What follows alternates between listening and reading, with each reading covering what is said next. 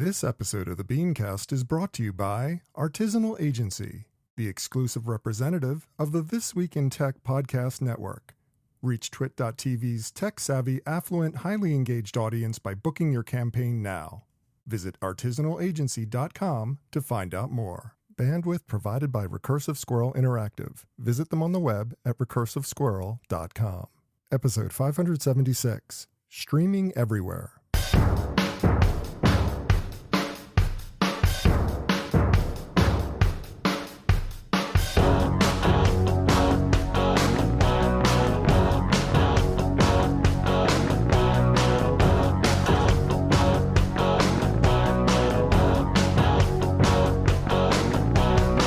For Monday, January 20th, 2020, it's time for this week's edition of the BeanCast, a weekly discussion about the news and issues facing marketers today. I'm your host, Bob Norton.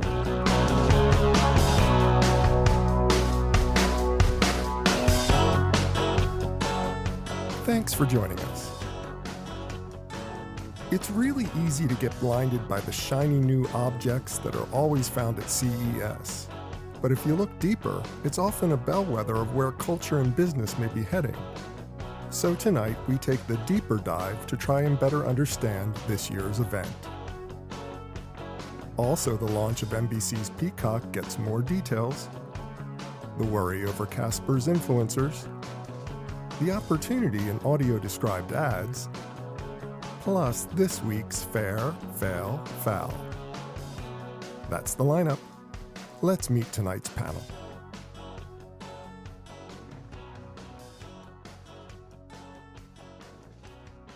Thanks for joining us for this week's BeanCast. I'm Bob Norp, and with me on the panel for this evening, we start with the founder and principal of Erica Braverman PR, Ms. Erica Braverman. Hi, Erica. Hey, Bob. Thanks for having me. My pleasure. Now, next, he's a digital strategy and creative consultant doing phenomenal work for everyone from big global brands to emerging cannabis businesses. Say hello to Mr. Colin Glaum, especially since you're working with the cannabis business. You want to say hello to him. Bob, it's always a pleasure to hear the dulcet, melodious tune of your voice. Oh, that's so sweet. Now, also with us, we have the Associate Vice President of Marketing Strategy at Arizona State University, as well as the author of 2 books. Mr. Adam Pierno is here. Adam, hi. Well, hello, Bob. Good to hear from you again. And finally, he's the man behind the phenomenal Muse by Clio blog, bringing perspective on the creative side of our business. Editor-in-Chief, Mr. Tim Nudd, joins us. Hi, Tim. Hey, Bob. Thanks a lot for having me back on the show. Oh, my pleasure to have all of you on the program. It's a great panel and some great topics to talk about this evening. So let's just jump right in. First up, it's always good to take a step back from CES. I mean, CES is so phenomenally overwhelming, both if you're there or if you're just following the news. But taking a step back and letting the hype wear off, and you can start seeing where the hidden trends may be lying in the business. And this week, Adweek came up with some pretty interesting observations. I was fairly impressed with what they were doing. Now, first up, I'm just going to take these trends one at a time, Adam, and I'm going to start with you on this first one.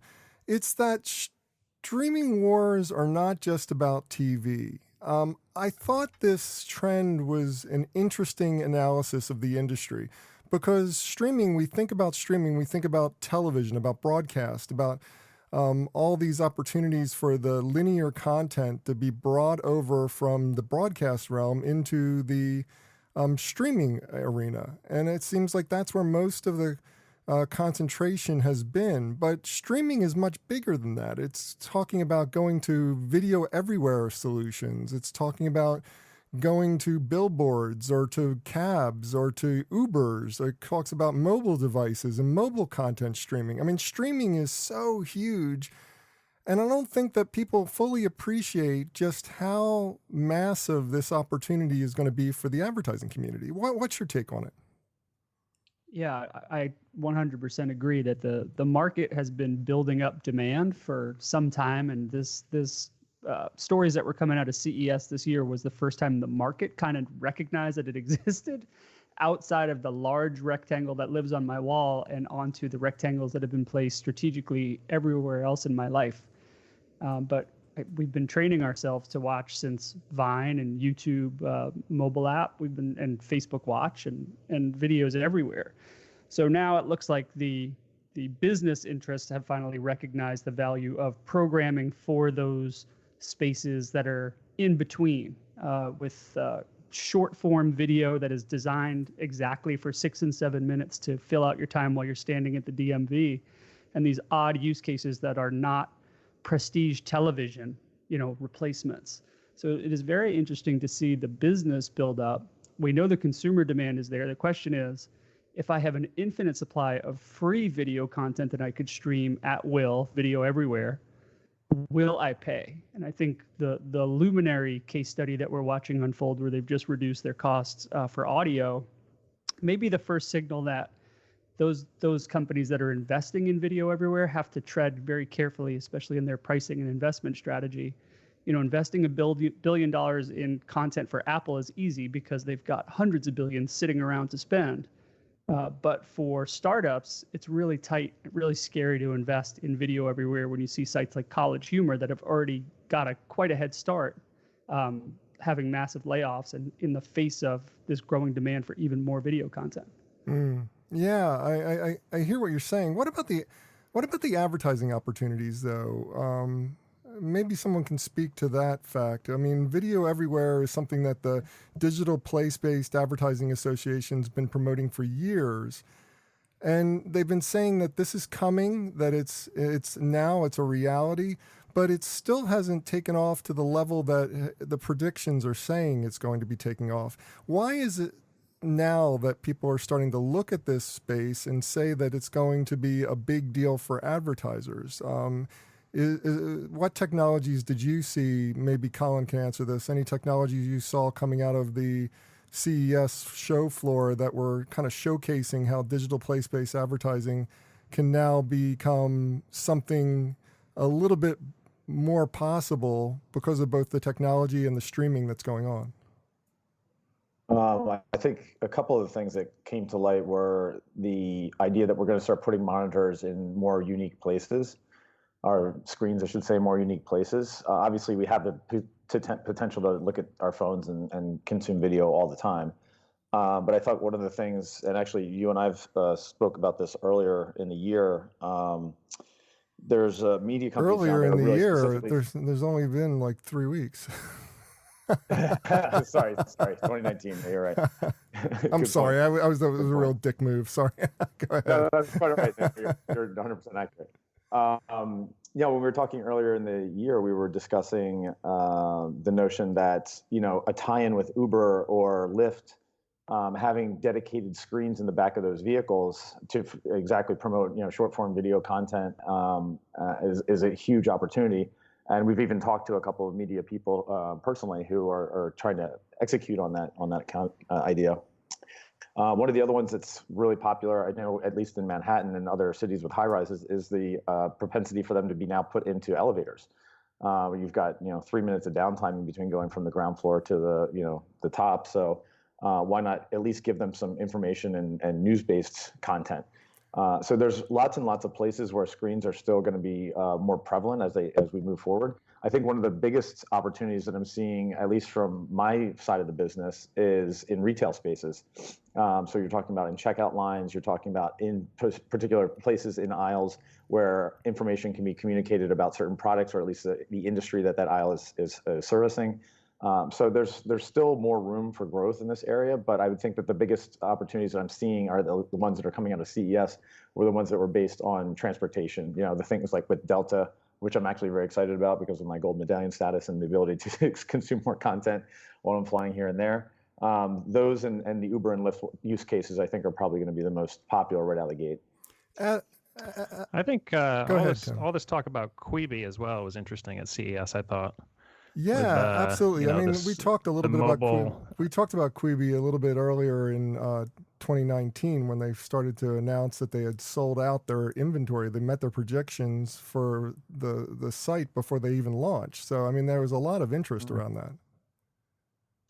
Yeah, and they've I find it really funny just from almost a symbolic point of view that Katzenberg and Meg Whitman are sort of running the ship over there, and Katzenberg got forced out of Disney 15 years ago, and when Iger was named CEO, I think Meg Whitman was the kind of the runner-up for that gig. So it's got this sort of symbolic weight to it. But I found it interesting too that I think advertisers are super interested in the ad formats that this company has come up with.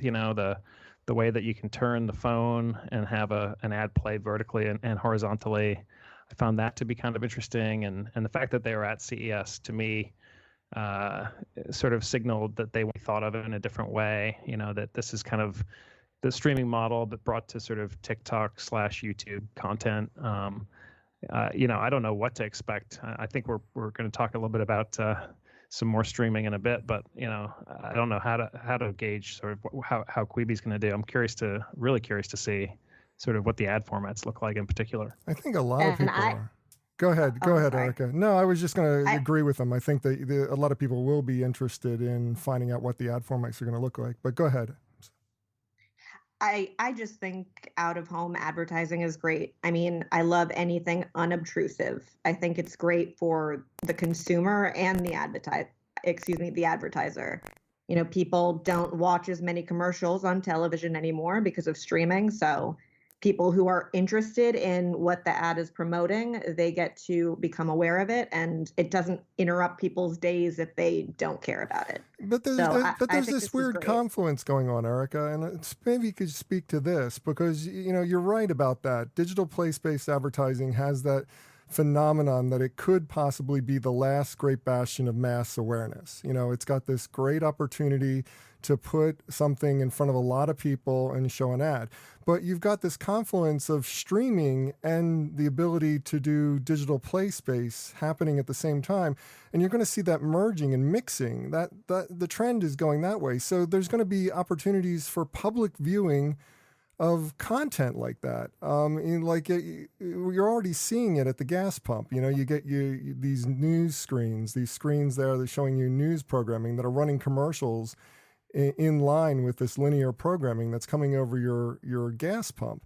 I mean, that kind of thing is going to happen more and more. And that mixture of real entertainment, not just the back of the cab stuff that you turn off all the time, but real entertainment mixed in with linear ads that are mixed into that process. I mean, that's going to be huge. I mean, that's going to be a real opportunity. It's just, how do we handle it as advertisers?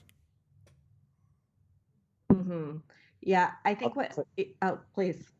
I was going to say, I'll tell you now how not to handle it. The one thing that I would caution everyone against is the frequency conundrum. So if you're one of the lone advertisers on a new platform and you're the only ad that gets served again and again and again and again, the wear out happens extremely fast. I think Hulu is probably one of the biggest criminals of this situation. I hear it time and again from my clients and from consumers. That their ads just keep running in succession over and over and over again, and they get a lot of pushback from consumers. So it makes them look at fault for the intrusion for the same commercial to run. If I'm watching Hulu for 2 hours, I'm going to see 8 flights, and if it's the same commercial every time, that gets a little tiresome. So that's one of the downfalls of this new proliferation is going to probably suffer from. I think there's got to be somebody who addresses that, and that would be a huge help for not only advertisers but the platforms alike. Well, I know Hulu has put an effort on that. They've had a lot of press releases over the last couple months how they were going to start policing that and not try to bring the same ad over and over again. And I've been watching Hulu, and I have to admit it's been a little bit better. But, we're going to talk in a minute or two about Peacock, and Peacock's big selling point is that they're never going to do that. And I'm just kind of wondering how they're going to manage that. Adam, I want to go back to you because there was something else I wanted to talk about, which is the technology of the ability for streaming to happen anywhere may be catching up to the opportunity, because modular LCD panels, or I guess it's LED panels, modular TVs, if you will, TV screens, are becoming a reality where you can basically take a wall and take these modular units and click them all together, and then you get one giant video wall. And that kind of opportunity makes streaming a possibility all the time. You can put those types of installations anywhere relatively cheaply without a whole huge expense of lots of cranes and all kinds of other stuff. I mean, they're building huge video walls with that technology. Is that the future? Is that something that we need to look forward to and start to address when we're pulling together our ad strategies? I think when you talk about, the contextual ideas that were brought up by Colin or the large, massive installations that you just referenced, and we say, is that the future? The answer is yes. There will be video of all shapes and sizes in every place that it can be engineered and fit.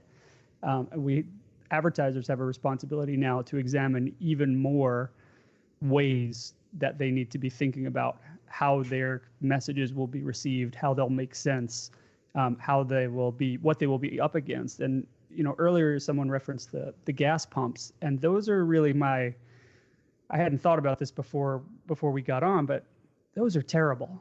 I know that's just such a misuse of such a great opportunity. But think about, I live in Phoenix, where I stop for gas once a week.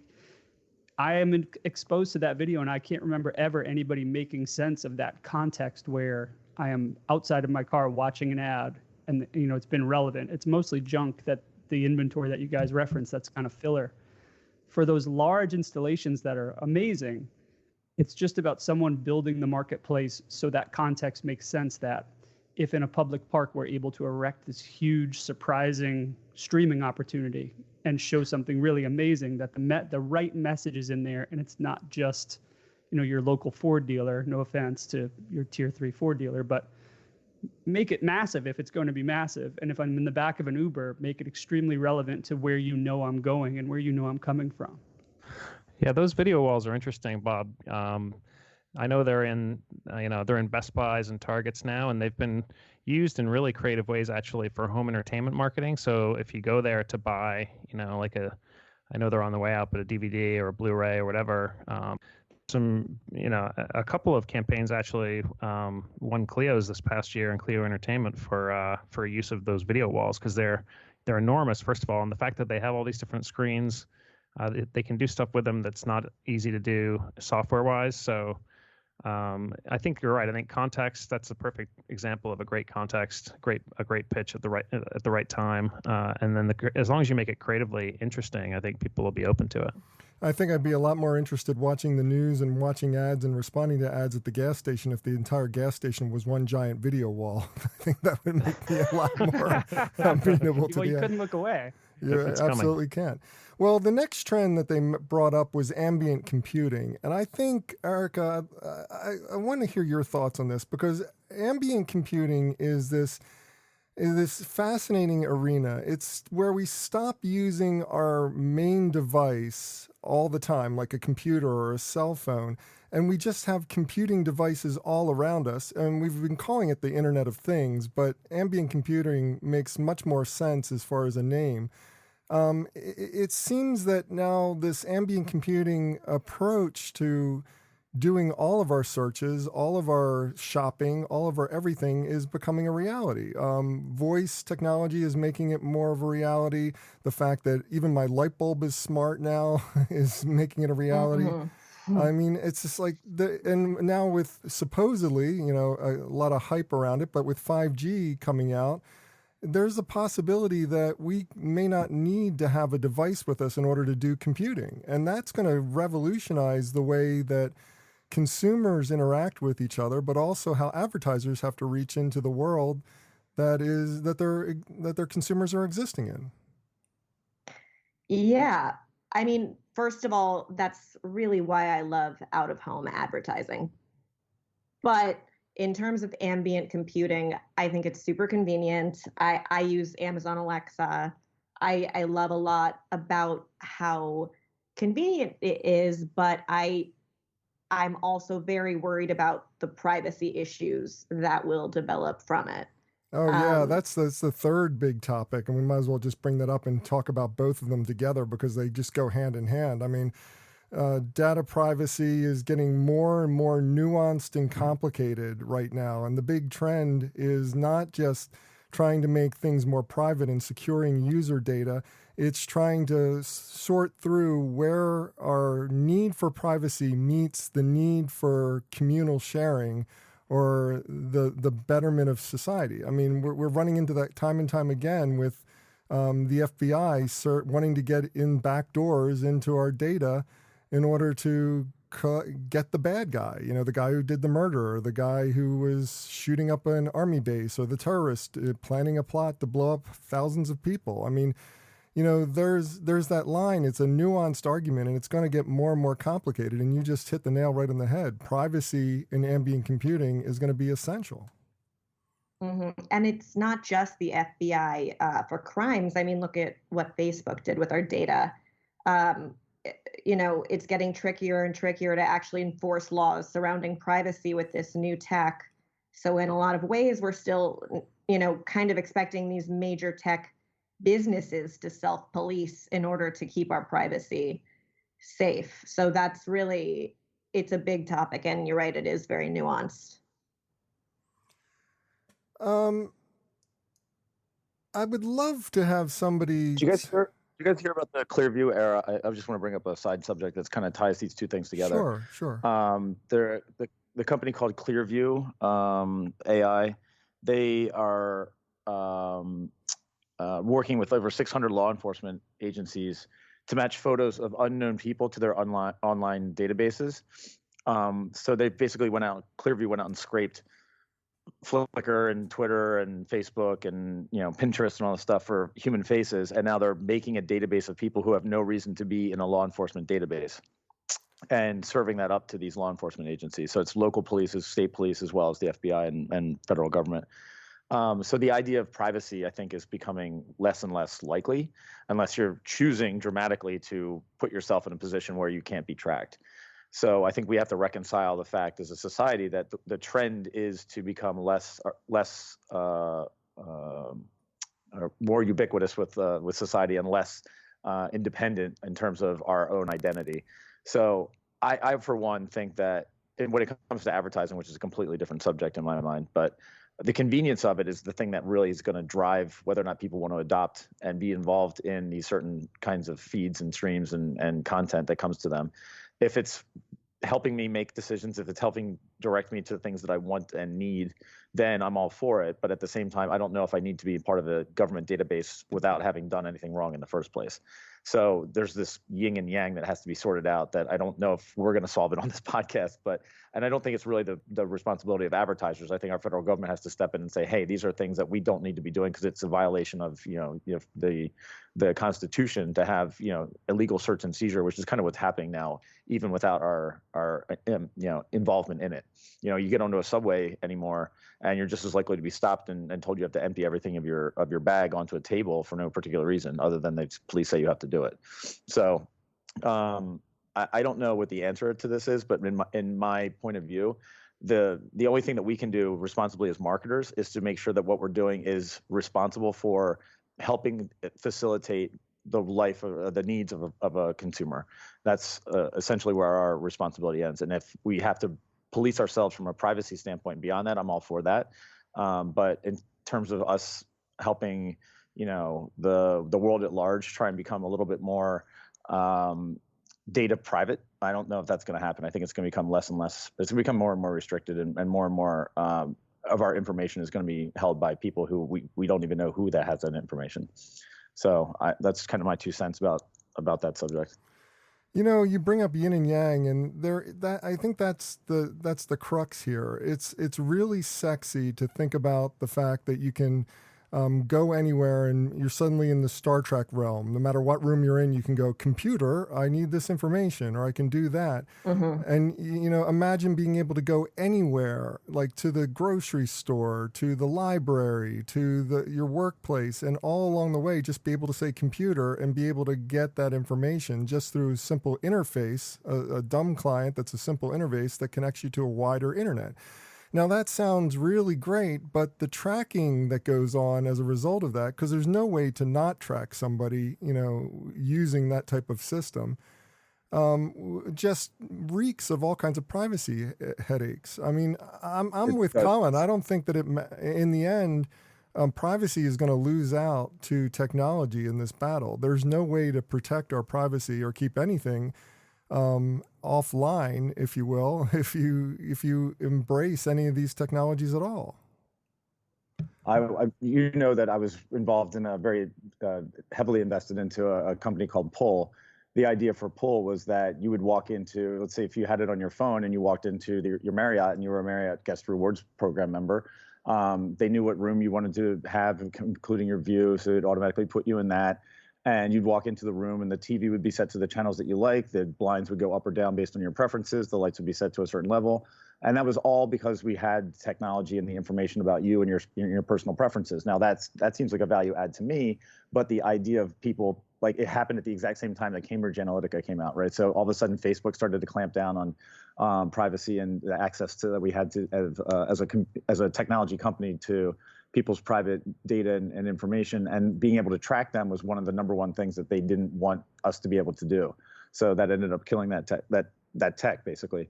But it's going to come sooner rather than later. It's going to happen because everyone's information is going to be ubiquitous. And I think, hopefully, we're going to see the benefits of assisted ambient computing to really benefit our lives. So we don't have to walk over to the blinds and adjust them.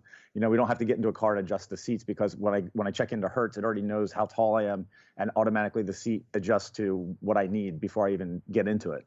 As soon as I walk up to the car, it senses that I'm coming. So these are the kind of things that I think we'll slowly start to see over time, and people will get a little bit more comfortable with it, and they will stop wondering like, oh, that's kind of weird that it knows how to do that. It's just going to become expected.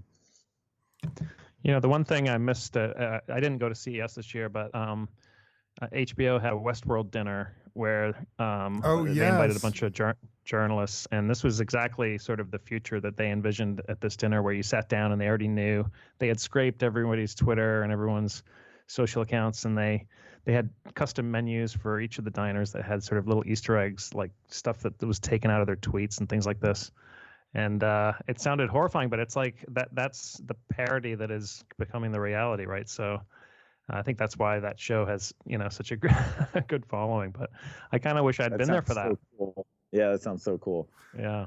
Yeah, we covered it. It was I put that as one of the fairs for the Fair Fail Foul one week. It was a great installation, what they did. Fantastic event. Well, we got to move on and talk more about streaming, specifically about Peacock and the NBC play to get their content online in a streaming network of their own. We'll talk about that in just a minute. But first, I want to talk to small businesses out there who are trying to figure out what they're going to do for 2020, trying to figure out how they're going to advertise, how they're going to get their product in front of a technology-minded audience. You got to be looking for that type of audience, because our sponsor, Artisanal Agency, is the exclusive representative for Twit.tv. That's the This Week in Tech podcasting network. Now, I talk a lot about their shows when I talk about this ad, because their shows are phenomenal. I have lived and breathed This Week in Tech for about 15 years, I think. I mean, it's one of the oldest and best podcasts out there, talking about the technology space, talking about devices, talking about all the things that I'm interested in on a regular basis in the technology sphere. I'm not even in the business, but I listen to it and I engage with it because I think that the content is that kind of special. And that's just one of their amazing shows that's doing phenomenal results for them with their sponsors. I mean, their sponsors are doing great on their different types of programming. iOS Today, MacBreak Weekly, Windows Weekly. Some of the best technology-minded shows out there. 50 million downloads a year. That's 50 million downloads a year for this network. And 70% of that audience works directly in tech, while 82% of them say that they have bought a product directly as the result of a Twit.tv ad recommendation. And remember, when you're buying something on the Twit network, when you're going through Artisanal Agency and doing an ad buy there, you're not just getting an advertisement. You're not just inserting an ad. You're getting an actual live read recommendation. And so they take that responsibility extremely seriously. Not just anyone can advertise on Twit. Artisanal Agency carefully vets every sponsor so that their hosts can offer a brand a genuine recommendation while all the other brands can relax knowing there won't be any brand safety issues because they've all been vetted and they know what kind of content is going to be associated with this show. So all I'm asking you to do is reach out today to start your campaign on the twit.tv network. Visit artisanalagency.com to find out more, or email hello@artisanalagency.com. That's hello@artisanalagency.com. Start your next podcast ad campaign with a show from Twit, and we thank them very much for their support of the BeanCast. And while you're at it, you should advertise on this show too, so get in touch with me. But that aside, speaking of streaming, Peacock is set to launch as a free ad-supported platform with a $4.99 fee to go ad-free. So there's two different services. First, you get the ad-supported platform, which has 7,000 pieces of content. I think the $4.99 gets you something like 14,000 pieces of content. The ads are going to be smart ads that don't repeat over and over again, as Colin was mentioning earlier. They are going to reduce ad loads. They're going to also put in place the ability for more interactive ads to be part of the platform. Tim, Wall Street absolutely fell in love with this idea. I mean, the stock price is up, everybody's excited, but is it a good play for consumers and advertisers? What's your take on the Peacock play? Is it exciting to you? Well, so I subscribe to Netflix, HBO, Hulu, and Disney Plus already. So I'm getting streaming fatigue. The pricing scheme, by the way, this is free. This is free. You can go on for free and watch the content. I mean, it's just like, this is an additional cost to you. That's true. Well, actually, I believe it's a 3-tiered service. I think there's two. I think 2 of them have ads. So there's a completely free $0 that you spend, which is ad supported. But the catch there is, I think you only, as you said, get a smaller library. And then there's 2 separate tiers of premium. One's $5 a month where you still get some ads, and then the $10 version gets you no ads. So I believe you have to shell out $10 a month for. It's so amazing to me that they come out with this announcement and we're all confused about what the service is, because I heard that the top tier was only adding sports and it costs more money because it was adding all the sports programming, which I think makes a lot of sense. But you heard that the mid tier has ads still. This is part of the problem, is that it's so confusing exactly what you get. And like, I had this problem with Hulu as well. Like you sign up and you think you have this, and then you don't really have that. And I don't know. Anyway, is it a good deal for advertisers? I mean, I think for advertisers, it seems like a great thing. I mean, first of all, it's ad supported, which is great, for advertisers. I think it's kind of a Spotify model in the pricing scheme. The ad formats you mentioned could be kind of cool. I guess there's one of them is if you binge 3 episodes of a show, only the 4th episode will be ad supported. I think there's an option for a full screen takeover when a user pauses a show. As you mentioned, hopefully there won't be the same ads over and over and over. And I think that they're saying only 5 minutes an hour of ads in general, which of course is a lot less than linear television. And the most important thing, you're maybe burying the lead here. I mean, 25 million customers out of the gate because they're going to install it free on Comcast boxes. So, I mean, potentially 25 million people. I think was it 25 million or 45 million? I don't know. But a lot of people, a huge audience right out of the gate. That's right. And I think even complicating the pricing mechanism even further, I think the Comcast people get $5 for the top tier, as well as Cox subscribers. And I think they're trying to work with some of the other cable companies on that. So who knows? But I don't know. I think, the right advertisers can come in, I think, have a pretty good impact with this audience pretty quickly, even though I think that the sum audience may be less than even what Disney Plus is looking at. From what I read, I think Unilever, Target, State Farm are already in for a big ad buy. So, I mean, the ad model, seems decent to me, at least for now. And then as far as the consumer play, I mean, it just goes back to how comfortable you are streaming and how much you like a particular brand's content. NBC has, pretty strong library, particularly archival library. They have The Office, which Netflix had for a few years. I think it was the #1 streaming show on Netflix for for a while. Peacock will get that property back. They've got SNL, of course, Parks and Rec. They even have a few shows that NBC didn't originally air. I think 2.5 Men's going to be on this show. So they've also got an interesting thing where I think they're going to let you watch NBC's late night shows earlier in the evening than they air on linear television. Did you guys read that? I thought that was pretty interesting. I can't stay up until 12:30 for Corden, so that I might actually in theory use that. I think where it's weak for consumers is that first of all, it's launching in July, which is all these other services are out there, so they're definitely kind of behind. I think that there's a limited launch in April, but in July is when it's going to be available for everybody. For people who are already kind of subscribed to a bunch of stuff, that might be a barrier. Also, I don't think their original content, I think they're way behind on that as well. So I don't know, but overall, I mean, for me, if I'd pay the $5 probably for the full library. I mean, remember when we used to pay, $100 for a box set of like a single show? Now, now $60 a year will get you 100 shows. So, these companies are obviously they've been forced into this through the changing technology over the years, but for consumers, it's generally great, particularly if you can make the leap off cable for good, and you can save a ton of money and still have an incredible amount of great content. And I think the NBC library is a great one. Yeah, are you saving money though? Like that's I guess my biggest question, because I subscribe to so many different services now that I think it's probably approaching the same price I used to pay for cable, which is absurd. Yeah, it is kind of strange. I think one psychological thing that I think is interesting about when you have this sort of a la carte model is like people suddenly, they like become more aware of what they're paying for. I mean, when you paid $150 to the cable company and you got everything, you didn't think about it for like years. It would just go every month. It would just go by and go by.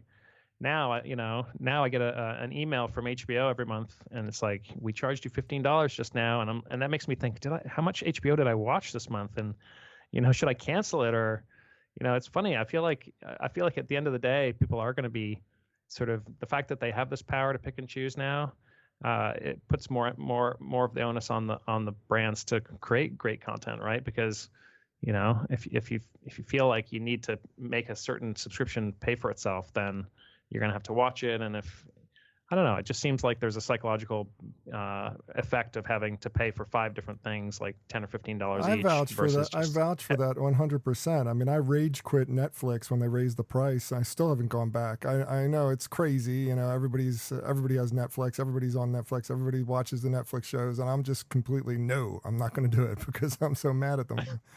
But for I like mean, another $5, right? Yeah, it was like a $5 raise, and I'm like, okay, that's enough. I'm done with you.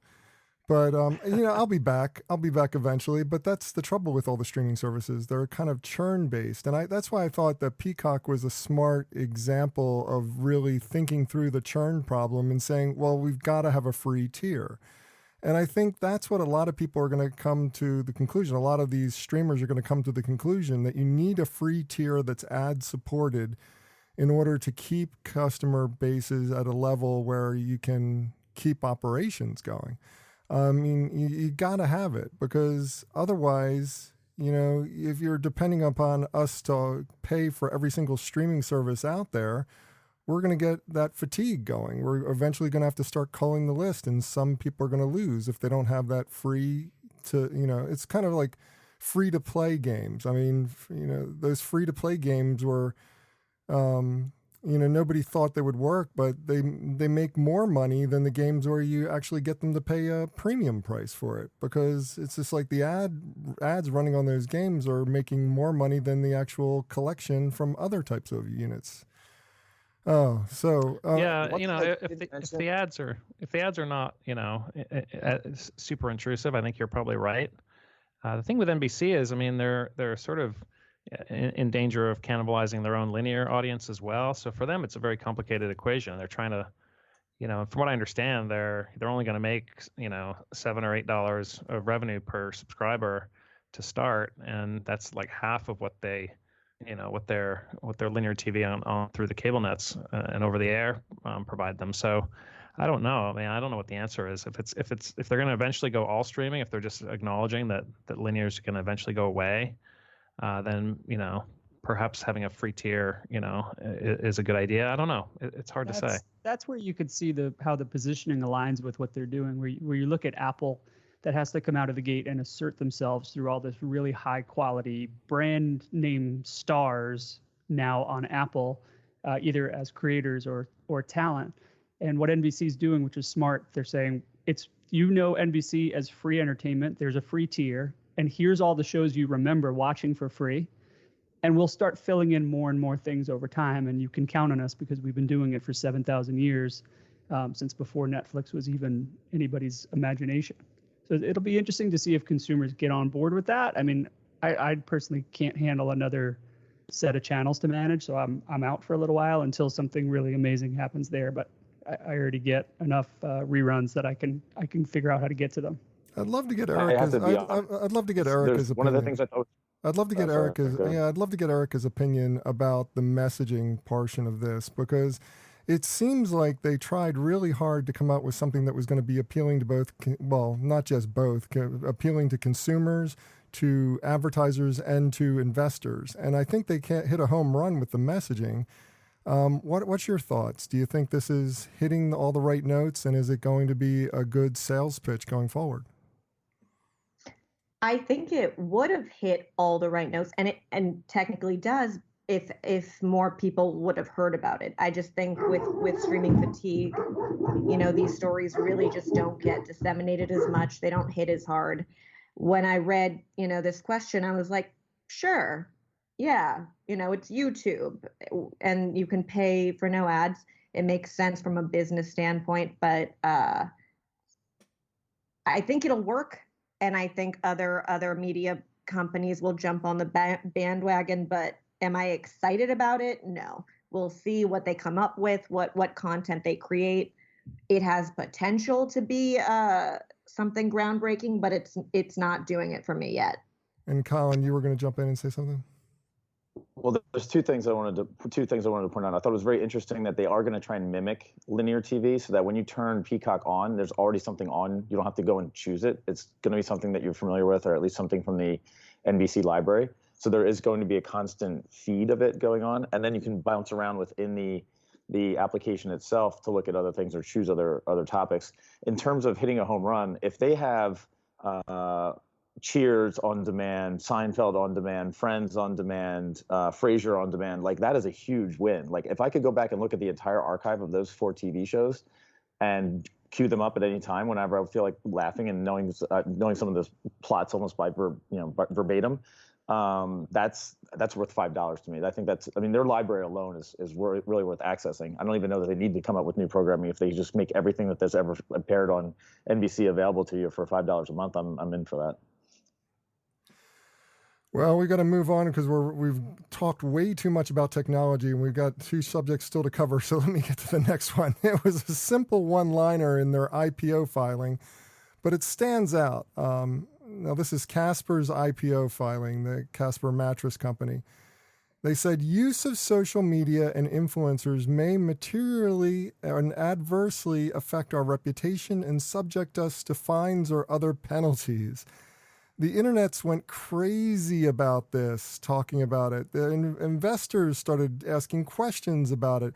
Erica, this succinctly calls out the dark side of influencer marketing and is revealing of the extent of the risk that brands carry by using this particular tactic. What's your thoughts, and what can brands do to protect themselves from obviously a beneficial thing that has gotten them a lot of business, but is also something that they felt they needed to put that kind of warning in their IPO filing? Right. So, I think the risks brands carry by using influencer marketing revolve around 2 different things. The first is not declaring where influencer promos or ads, wherever that's required, like on Instagram. But the second is misrepresentation issues from the influencer, like kind of what happened with Jared from Subway, where bad info comes out about the influencer, or, they start posting party photos that are, and it's a family-friendly brand. So I think whenever people and relationships are involved, it gets messy. How to protect yourself, I think the best thing to do is an ironclad contract. You have to make sure that you spell out what the influencers can and can't post, the type of content they can and can't use, how they reply to comments, what other brands they associate with. I think it's just about making sure they cover all worst case scenarios. But I think consumers understand and are much more willing to forgive issues that stem from, influencer marketing gone rogue these days versus what's happening within a company. Like bad behavior from within the company, I feel like is a much bigger PR issue that's super relevant right now versus, brands being able to kind of wipe their hands clean, like, oh, we didn't know, obviously, it's understandable. We disassociated with them. And I think people are much more willing to forgive and forget with influencer marketing than when the problem's coming from within, like what we saw with Away, the luggage company. When I look at this subject, I'm also thinking more from a macro level because what you're saying makes a lot of sense. A solid contract, set guidelines, police these influencers, make sure that nobody's doing anything untoward with your brand message. All that makes sense. But for me, it also says a brand that builds its entire reputation and its entire awareness based on an influencer strategy is setting itself up for a huge fall, for a huge problem. For me, what it says is all the excitement and enthusiasm around influencer marketing that says, well, that's all you need. All you need is influencer marketing. This is the crack in that armor. It shows me that you need to have a more varied type of messaging strategy, that you need more media involved in your awareness campaign. And you can't depend entirely upon influencers to build your reputation because then your reputation and your brand is entirely in the hands of the influencers. You don't really own any kind of messaging. Now, Casper has done a good job of turning that corner and is doing more media, but their initial brand awareness was entirely built by influencers and recommendations. And this just, for me, shows that there is a problem with taking that tactic. Any thoughts on that? Don't you feel like even if they do invest in all the different channels of marketing, if your PR fails, that will take you down no matter what? Yeah, true. I can hear that. I would look at WeWork and say maybe having the CEO who wants to take them to IPO fail is a bigger disaster and a potential disaster than potential influencers. But it's just a weird thing to call out so specifically and so plainly that, hey, this main mega tool that we use could fail us and blow up everything we've built. It's just very strange.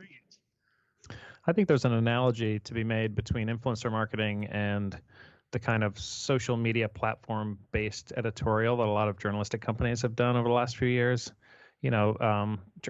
Companies like the Times and the Post and all these magazines, they looked out at one point at the media landscape and they were like, people like Facebook more than they like us, so we got to reach them through Facebook. I mean, that didn't work out so well either. I mean, brands need to sort of dig deeper into, who they are and what they can offer and learn how to tell those stories better, right? I mean, I'm not opposed to the occasional use of celebrity, but, make the celebrity or the influencer part of your story rather than making your brand part of their story. To me, that's the basic difference. And that's the difference between just farming it out to an influencer as opposed to doing your own campaign. I think that's the difference here. I love how you put that it's just like they need to become part of your campaign, not you become part of theirs. And I think that's really the key here. Well, yeah. I want to move on to our final topic. Most of us never hear them or even think about them, but audio-described content is essential for the visually challenged. And as the Drum points out this week, advertisers who think through this part of their creative strategy and create content that anticipates it have the potential to score big with a largely underserved market. Now, Colin, this is an interesting topic for me because for some reason, when I'm watching MSNBC on the AT&T Now app or whatever AT&T TV app, they always have the audio content. So I'm like hyper aware of this. The audio described content comes through on most of the ads that have it for some strange reason. I don't know why. And I've been really hyper aware of this. And I've noticed that a lot of it is just terrible. And it's really just trying to make the action that is not suitable for description like that describable to a blind person or to a person who's visually challenged. It seems to me that there are creative opportunities with voiceover tracks targeted at this audience that people are not even considering. What's your take on that, and what would you suggest? Of course, it's you're 100% accurate. I think the key or the stats in the article that you shared from the Drum was that there was some 3.5 million people who are totally blind, and then a great number of people beyond that who have visually impaired existences. Let's qualify that. The article was about the UK, so those 3 million are in the UK. So I'm sure the number will be much bigger here in the States. Higher in the United States, yeah. So just as a point of reference, I do have a friend who's legally blind, or not legally blind, he's totally blind. And I reached out to him, and he had no idea what I was talking about. So he has yet to even experience the same thing you have from MSNBC. The same thing was true a number of years ago when you were talking about a gay couple or a lesbian couple or anyone in the LGBT community. There's these untapped markets that have been underserved because we've been so just right down the middle as marketers and advertisers, and brands have a deal of culpability in this as well. In trying to hit the mainstream, people in this part of the country or in the country in general. So there's always going to be new opportunities to reach those that have been disenfranchised and kind of overlooked by our industry. So yes, obviously there's a big opportunity. I think the more nuanced part of your question was how to do this right, and how does it not interfere with the broadcast for people who are regularly sighted. Well, so if I can qualify that, I mean, it seemed to me that most of the commercials, the audio description track, which can be accessed via accessibility options on most TVs. That's how you get and hear it. If you are out there listening and wondering how you can get this stuff, the accessibility options on a TV will get it for you. But for me, it's almost like every commercial that I watched, the audio description track was an afterthought. It's just like nobody, when they were creating and shooting this ad, was thinking, how are we going to manage the audio description track? It's almost like that was done later in post by somebody else, and it wasn't really even handled by the creatives. And I think that's a missed opportunity. And I'm thinking that there's got to be something more that we could do with that track to make it interesting. I mean, whether we're... There absolutely is. Yeah, go ahead. It's the way, you have a lot of experience in the world of theater. So when you're reading a screenplay, you get to hear that same kind of thing that makes you picture what's going to be happening on the stage, even though there's no actual visuals associated with that script. So when you start to think of it as if you're narrating a play, then it kind of it changes the entire way that you create the commercial and the way that you describe it. I think the way that they're actually servicing up, or at least they were talking about it in the UK, is probably going to be the worst of all case scenarios. They're using artificial intelligence and a bot to translate it and then read it out loud. So I really advise against that. So I think if you were to take a look at it from an artistic perspective, if you try to sum it up as if you were narrating a screenplay, whether for film or stage or whatever, that would be the first place that I would start, because having that skill and that nuanced ability to describe action without it being laborious and having it kind of come across quickly so that you can get in and out of the dialogue is the essential for it being successful for the visually impaired. Yeah, or have it described the way the creative sold it in the pitch meeting. Let the flowery language fly and really build it up and capture people's imaginations the way it did around that conference room table. The language, I promise, has already been written. It's just, I think Bob said earlier, the creation of that file that gets uploaded alongside the spot is the afterthought. It's a straight transcript of what you see on screen. It's factually correct, but it's not inspiring or interesting in any way. Well, why not even make it why not use Easter eggs? I mean, why not put something special in there for just the blind audience, for just the visually impaired audience that nobody else gets to hear? It's just like, we could describe this ad to you, but right now we're giving you a chance to get this special offer. Something like that would be so incredibly creative and interesting and dynamic, and I don't think people are thinking about the opportunities. Tim, you were trying to jump in and say something. Well, I thought it was funny that the article by Katie over the drum, really cool story that she wrote, said that one of the barriers to this was that no one thought people would want to hear ads anyway. But kudos to P&G, though, by the way, for sort of shining a light on this. And the first time I ever heard audio described text was actually I was at an event where Microsoft accidentally played an audio described version of a case study for their Xbox adaptive controller. So I thought that was interesting that, well, first of all, these giant companies are sort of taking the lead on this. And I think that's a nice sort of inversion of what you might expect on something like this. And it kind of shows, the ways in which they're pursuing purpose in a way that's not, maybe as visible. So good job to those guys. Awesome. Well, with that, it's time for this week's Fair, Fail, Foul. But before we get to that segment of the show, I do want to take this quick opportunity to thank my guests again and allow them to each do a shameless plug, starting with Erica Braverman. You can find her on LinkedIn or via the listing that's going to be on my page, because I'm going to have some contact information to get you to her. But tell us, what's going on in your world, Erica? What would you like to promote? I am representing mainly beauty, lifestyle, and wellness brands. That's my passion, and I would love to perhaps take on another client, whether in startup or corporate, starting in February. So please give me a email or a shout if you're looking for PR services. Thanks so much. You're welcome, Erica. Thank you for coming on the program. Now, next up, Colin Glaum. You can find him. I'm not sure where people can find you, Colin, so you're going to have to tell me. But Colin is doing some phenomenal creative work, specializing right now in the cannabis industry, doing some amazing stuff there. Tell us what's going on. Thanks, Bob. The place you can find me is at Benevolent Mercenaries. It's the consultancy group that I've started, and it's been going on for a number of years now, but it happens to be focused on the wellness sector as well, mostly in the CBD and hemp space. Do a couple of projects in cannabis as well, as long as they're focused on health and wellness.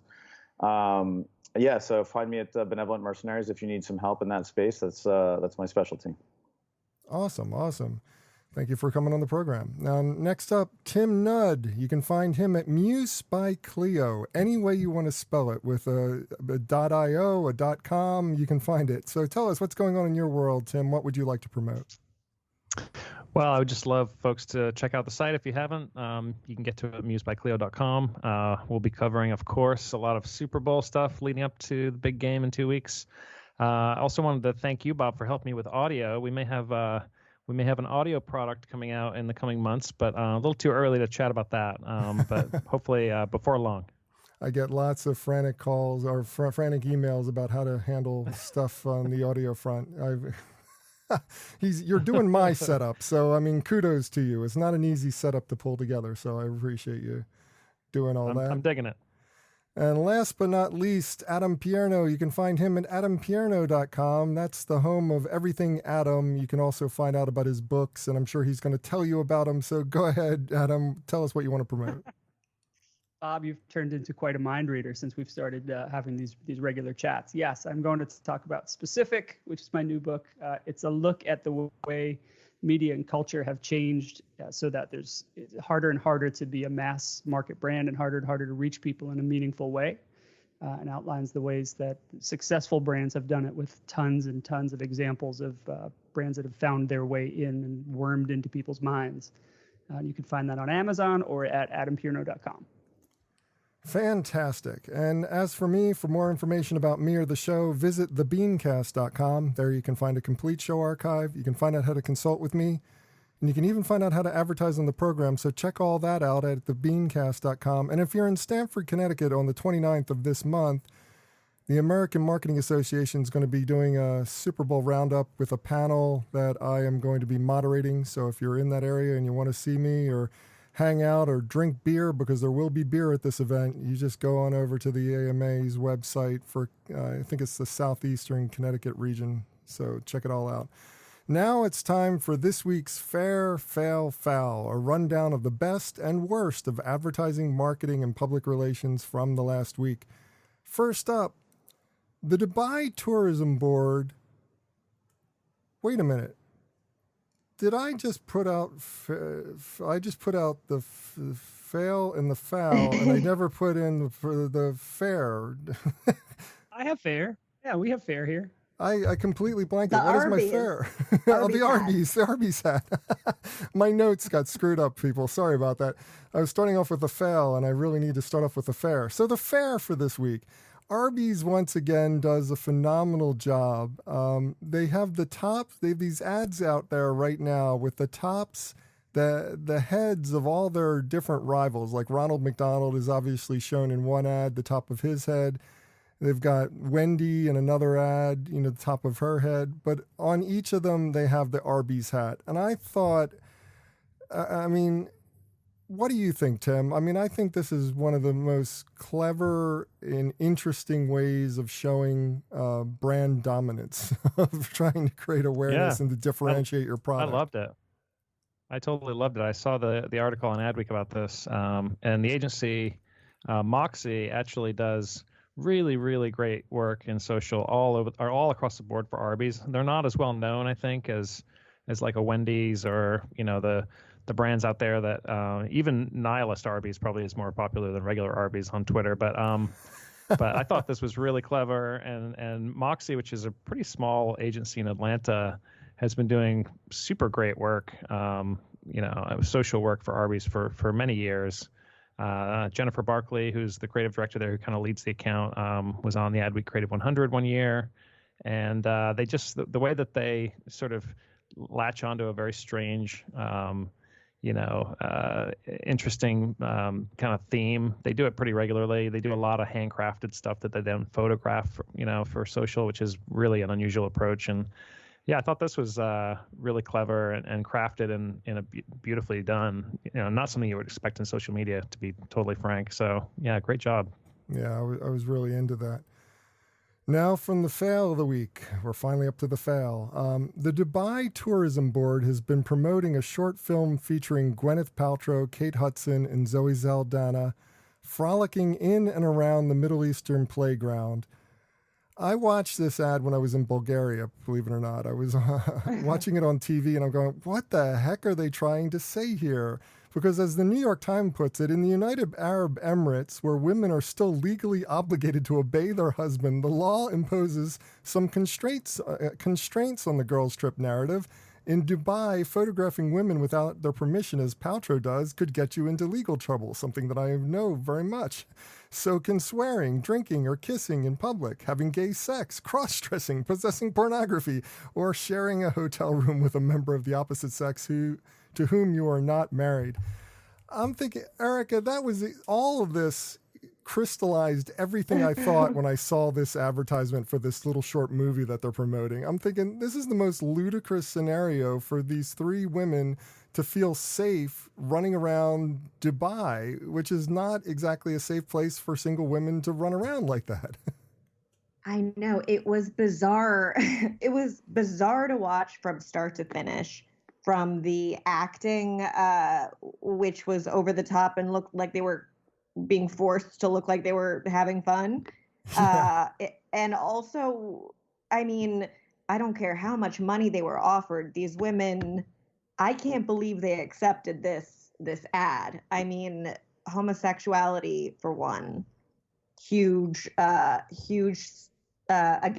against the law there. So it was bizarre to me from start to finish. I don't even know what else to say. I know. It's such a bizarre thing. If anybody out there hasn't checked this out, you should at least check out the commercial, if not the entire film. It's just so weird how they As a thought this was. cultural anthropologist, it's weird. Does this have anything to do with what Ricky Gervais said at the Golden Globes? Because he kind of hinted at that in his opening speech about how people take jobs that they should be really thinking about from a moral standpoint, and when he was talking about they have no right to stand up and on their high horse and preach to the viewers of the show that night. I thought it was kind of interesting, but I didn't really know if he was singling people out on purpose. And then this came up, and I was like, oh, geez, maybe he knew about this before we. I think getting inside the mind of Ricky Gervais is a losing cause at this point. We have no idea what exactly he was talking about some of the times, but it's just like he definitely had some kind of agenda going on during that event. Well, let's move on to the foul for the night. We saw a glimpse of the challenges of working with Apple this week, Adam, when Goldman Sachs, in response to Apple advertising that their branded card was created by Apple, not a bank, had to devote an entire section of their recent earnings call to ensure investors that the card was indeed created by and entirely controlled by a bank, namely Goldman Sachs. It's so funny. Apple has such a hype about it, and it just wants to say things that, their partners aren't necessarily on board with, and it just turns ugly very, very fast. It's funny. I have a draft of an article about that line of copy created by Apple, not a bank, that I intended to send to Tim, but it's very strange. The entire Apple card is weird when you watch the spots and they're not showing you anything about financial safety or spending or investing. It's a laser 3D printing the card or engraving a name in the card. It doesn't make any sense. And then they use that line, created by Apple, not a bank. And I think Apple is fantastic at extracting money from me over my lifetime. It's never done anything to help me save a penny. So maybe they're not the people I want to be in business with when it comes to my finances. And yet lots of people have this card. Lots of people are going for it. Well, anyway, have a suggestion for this list or just want to discuss it? Comment online. Use the hashtag FairFailFoul. That's #FairFailFoul. And that does it for this week's show. If you'd like to subscribe to this podcast, visit our website at thebeancast.com and click on the subscribe link. If you're an Apple Podcasts listener, we've also provided a direct link to our listing there, or just search for the BeanCast in the podcast directory on the Apple Podcasts app. And whichever podcast directory you use, when you subscribe, please leave us a review. Got a comment? Have a question? We'd love to hear from you. Just send your emails to beancast@gmail.com. Opening theme was performed by Joe Seibel. Closing theme by C. Jax. Thanks for listening. I'm Bob Norp. We'll be back again next week. Hope you'll join us then.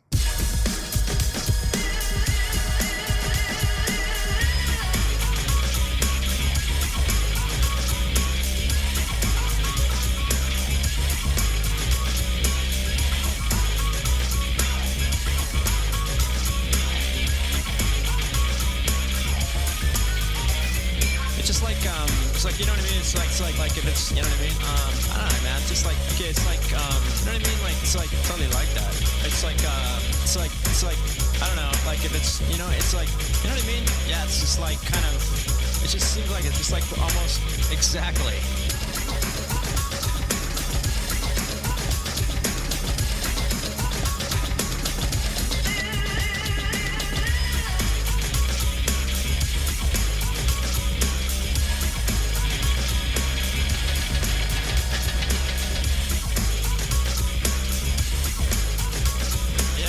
It's like exactly. Yeah.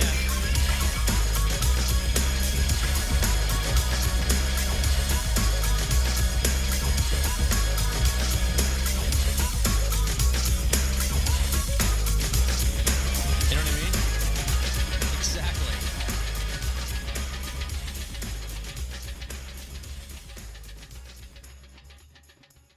Cool beans.